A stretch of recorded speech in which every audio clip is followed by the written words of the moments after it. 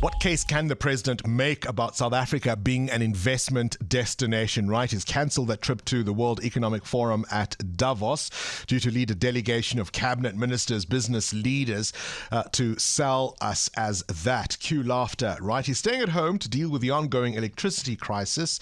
It comes as calls for a national shutdown continue to gain momentum as frustrated South Africans deal with unending darkness. I gave you the example as a sample of one. I live in Zone 4 in Johannesburg, and just yesterday, the 15th of January, so from midnight to 2 a.m., no power. From 4 to 6 a.m., no power. From 8 a.m. to 12:30 p.m., no power. Again, from 4 to 8:30 p.m., no power. That was my experience, where I had more hours without electricity than was available. People are throwing away food.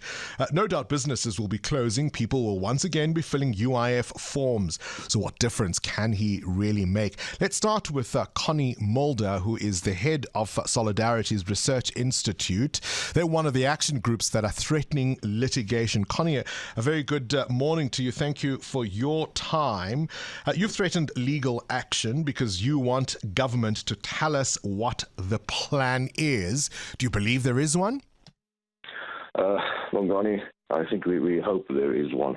But what the legal action exactly entails is for the public, and I think for South Africa, we need to start facing the fact that Eskom is not going to be the solution to this problem. Eskom has now had more than 10 CEOs the past 15 years, and no one has managed the turnaround, which means the only way out of this is if we get private generation online and if we start generating power ourselves. And that is where the legal action is focused, saying NASA is now agonized over an increase for Eskom and taken its time, but NASA should be publicizing every month to the public how many private generation registrations they've actually received, how many they've approved.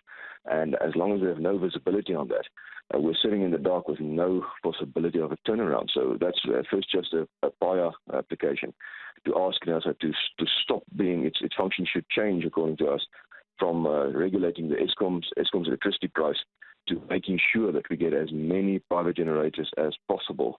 How much of a difference can that make, though? Because we've seen some resistance from no less than the Minister of Energy as far as renewables are concerned, and he makes the point that even if we do get them on stream, their ability to alleviate the crisis will take some time. Yes, their ability will take some time, but they at least have the ability. Eskom does not have the ability to alleviate this crisis. So it's not how much of a difference it will make. It is the only way out of this is getting a generation out of the Eskom-owned monopoly. Otherwise, we're going to slowly slide. Last year, we were basically in stage 2 most of the year, and then stage 4 when stuff got hairy. This year, we'll be in stage 4 most of the time, and stage 6 when stuff gets hairy. And then next year, if we do not do this, if we do not start generating power ourselves, we'll be in stage 6 most of the time, with stage 8 when stuff gets hairy. And this is something that will slowly just get worse and worse. Eskom is not adding any capacity on the coal side. So it's honestly, it's not a question of do we like it or not. There are no cheap and quick and good solutions left for load shedding. For that, we should have started building power plants when Ramaphosa took over the crisis in 2014. We didn't do it. Now we're in a situation where there are no good options left. Only ones that get us power, but it's unfortunately not perfect. The president reportedly holding daily briefings with members of cabinet. The leadership at Eskom is now even inviting political parties to those discussions. Does that indicate something we all should worry about, perhaps, that things are worse than we've been told? I think undoubtedly things are worse than we've been told, not than we've been told. I think than we want to believe. If we're sitting with stage 6 in the summer, and we actually had stage 6 in the middle of the summer holiday when South Africa is not on a Sunday, any power on a Sunday. Yes, then we're in deep trouble. That means what happens is the coal fleet is just plain simply at the end of its life, which it is officially. You can do as much maintenance as you want. If you drive a car at 200 kilometers an hour for 40 years, stuff will break, and that is what we're seeing happening. And the main problem is that we have nothing in the pipeline to be added. This was the DMRE's job, but nothing has been done, nothing has been planned, and now ultimately the responsibility will fall on the private and community sector to say, but we simply want this space. And that is the second part of litigation, would be saying we desperately want government to just really start recklessly adding electricity to the grid now. We're way past the point where we can consider options. What happened to what happened to the plan that Solidarity was a part of, as I understood, to try and bring back retired expertise from Eskom, former engineers and people with technical skills to try and help the power utility? Where did we get on that? So we sent the list. From what we can gather, we sent almost 100 experts. Roughly 18 was approached by Eskom and actually given contracts at some extent, but at the same sense then there was serious political resistance to this plan, which led to it not being adopted as much as we would like, which I struggle to understand how we're cherry picking at this point in the country. As you rightly said, you were without power more than 12 hours yesterday.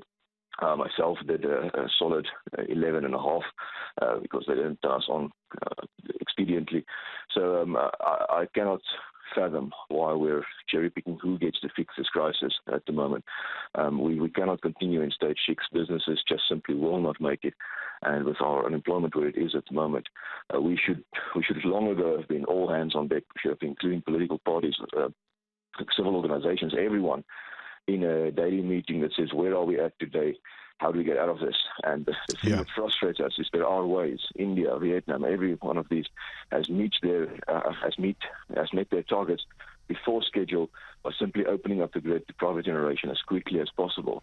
And we're still holding on and trying to maintain this process, while trying to control this process and keep it away from private embedded generation as much as possible.